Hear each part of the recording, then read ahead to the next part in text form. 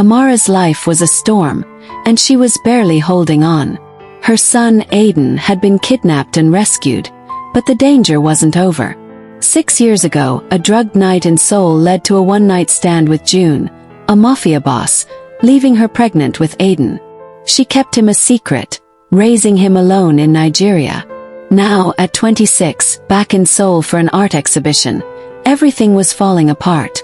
June knew Aiden was his son, and his fiancée, Minji, had framed Amara for theft and orchestrated Aiden's kidnapping. Minji's latest move got June arrested for a murder he didn't commit, leaving Amara alone to protect Aiden. Her friend Temi was in a coma after finding proof of Minji's schemes, and a clue, a necklace in a ransom video, pointed to Minji's betrayal. Amara was scared, but she wasn't giving up. Thank you so much for your support on this channel. If you haven't subscribed yet, please take a moment to hit the subscribe button and join our growing community at Jade Lantern Stories. Your support means a lot and helps us keep sharing more amazing stories. Now sit back, relax, and let the story begin. Amara sat in the safe house, Aiden asleep beside her, his small chest rising and falling. She couldn't stop thinking about June, dragged away by police for killing Detective Han, a crooked cop Minji had shot by mistake. Amara didn't trust June, not with his dark world, but he'd fought for Aiden, risked his life. His words about his lonely childhood echoed in her mind, making her see him differently. She wanted to hate him, but her heart was confused. She needed to clear his name, not just for him, but for Aiden, who deserved a father, even one as dangerous as June. Her phone buzzed, and her heart leaped. It was the hospital. Temi was awake. Amara rushed over, leaving Aiden with a trusted neighbor. Temi was weak, her head bandaged, but her eyes were sharp. She grabbed Amara's hand and whispered about Minji. Before she was attacked, Temi had hacked into a security camera near the warehouse where Aiden was held. She found footage of Minji meeting Han hours before his death, passing him a bag of cash. It wasn't enough to free June yet, but it was a start. Temi gave Amara a USB drive with the video, saying to find a lawyer fast. Amara hugged her, tears in her eyes, grateful her friend was alive. Temi warned her to watch out. Minji was dangerous and wouldn't stop. Amara went back to the safe house, her mind racing. She called a lawyer, a woman Temi knew, and sent her the footage. But as she planned her next move, she smelled something strange like gas. Her heart pounded. She grabbed Aiden, waking him gently, and checked the apartment. The stove was off, but the smell was stronger near the window. She opened it and saw a small device, hissing, pumping gas inside. Someone had set a trap. She scooped Aiden up, ran outside, and called the police. They came fast, saying it was a deliberate leak meant to kill. Amara's blood ran cold. Minji was behind this, she knew it. She went to her art studio to grab her things, needing to leave Seoul. But when she got there, her heart sank. The studio was wrecked, her paintings torn, her supplies burned. Her dreams, her art, everything she'd worked for was gone. She fell to her knees, sobbing, Aiden clinging to her. She felt like giving up, but Aiden's small hand in hers kept her going. She had to fight for him. She didn't know Minji was watching from a car nearby, smiling at the destruction. Minji wasn't done. She wanted Amara broken, and she had one last plan. Back at the safe house, Amara got a letter, slipped under the door. It was from June, written from prison. His words were simple but heavy. He said he was sorry for pulling her into his world, for the pain she was in. He wrote about Aiden, how seeing him changed everything, and then something that made Amara's breath catch. He said he was falling for her, that her strength, her love for their son, made him want to be better. Amara's eyes filled with tears. She didn't want to feel this way, but her heart was shifting. She remembered his touch from that night 6 years ago, the way he fought for Aiden. She was scared, but she was falling for him too. Then Temi called, her voice urgent. She'd kept digging, even from her hospital bed, and found something big. 6 years ago, at the gala where Amara was drugged, the rival artist who spiked her drink wasn't acting alone. Temi found payments from Minji to the artist, dated days before the gala. Minji knew June would be there, a young mafia heir, and wanted to mess up his life. She paid the artist to drug Amara, knowing she'd end up in June's room, hoping it would start trouble. The one-night stand wasn't random, it was a setup. Amara's hands shook as she listened. Her pain, her shame, Aiden's birth. All of it was because of Minji's jealousy. She felt sick, betrayed all over again. June didn't know yet, but when he found out, his rage would burn. Amara was still reeling when she went to check on Aiden, who was playing in the next room. But he was gone. Her heart stopped.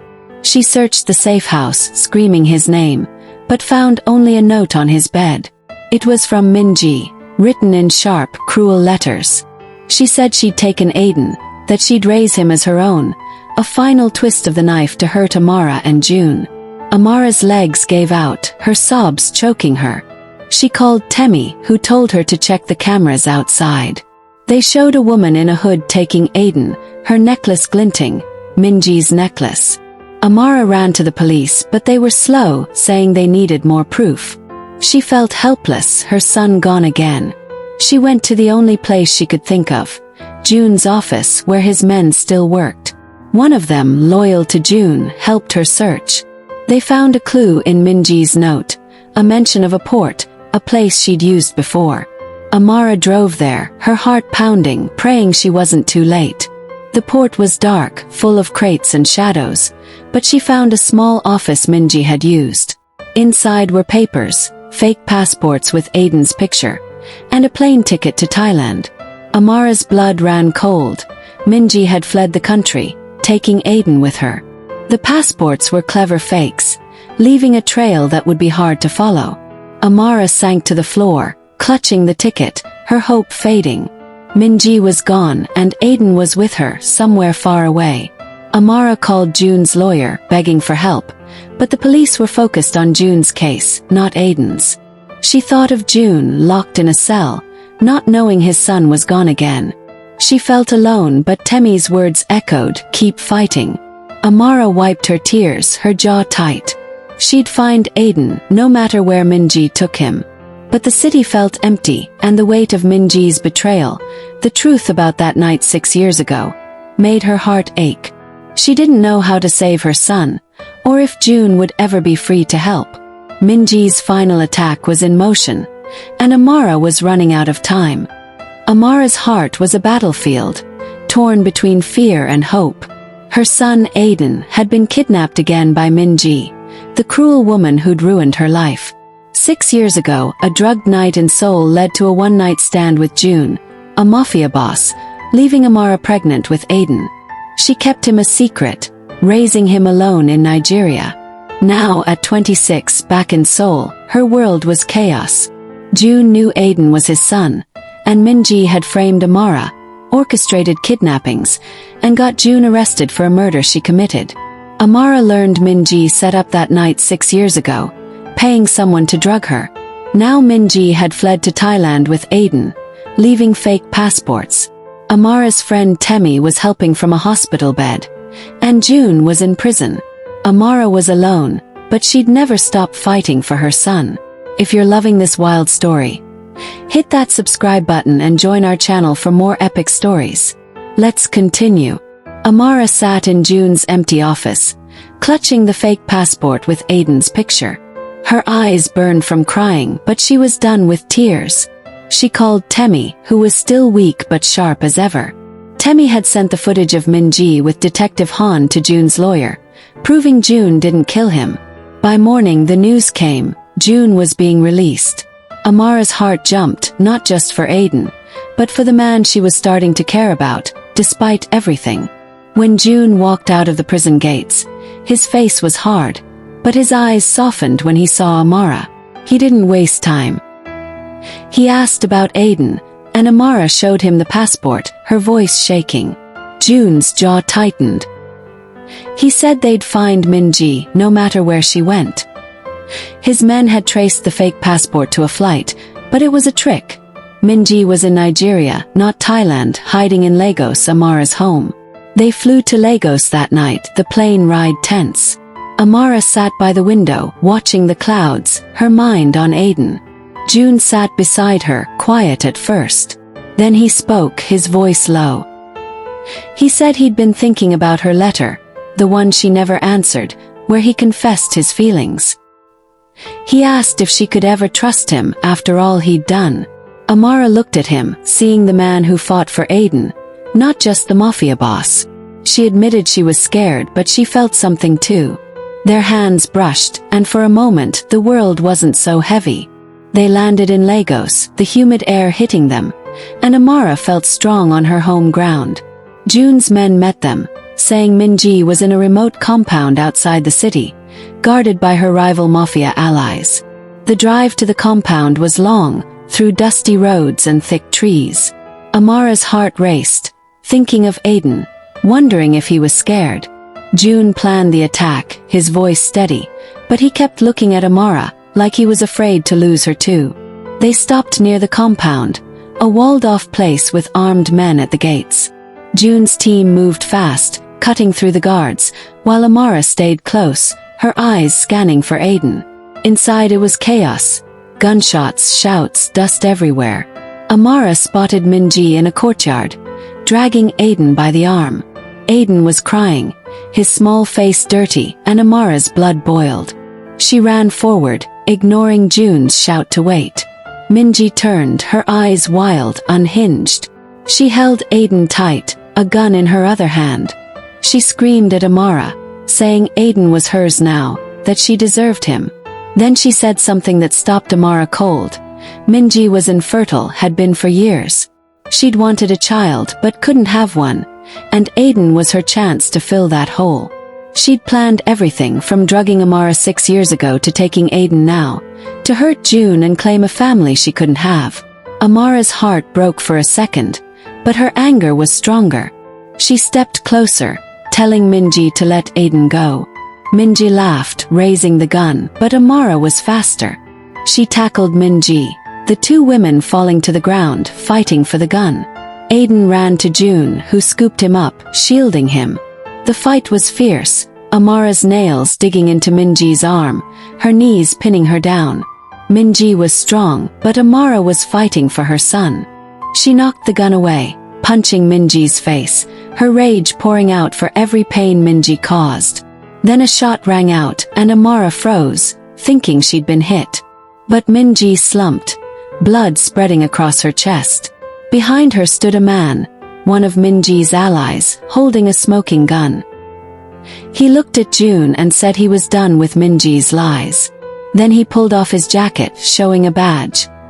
He was an undercover cop, infiltrating the rival mafia for years. Before anyone could react, a stray bullet from the fight hit him, and he fell dead in the dust. Amara gasped, the weight of the moment hitting her. Minji was gone, but so was the cop, a man who'd saved her life. June ran to Amara, Aiden in his arms. They held each other, tears streaming down Amara's face as she kissed Aiden's head, whispering he was safe. June's hand was on her back, steady, and for the first time, Amara felt like they were a family. They left the compound, the fight over, the air heavy with loss. Back in Lagos, they stayed in Amara's old apartment, waiting for the dust to settle. June sat with her one night, Aiden asleep between them. He said he was done with the mafia, that he'd dismantle his empire for Aiden, for her. Amara looked at him, seeing a man who'd changed, and nodded. She said she'd try, that they could build something new. They leaned close, their foreheads touching, a quiet promise in the dark. A year later, Amara stood in a Seoul gallery, her new exhibition packed with people. Her paintings were brighter now, full of hope, blending Nigerian and Korean colors like never before. Aiden, 6 now, ran around laughing, his eyes sparkling. June was there, in a simple shirt, no longer the mafia boss. He'd sold his shady businesses, starting a tech charity to help kids like he'd been, alone and lost.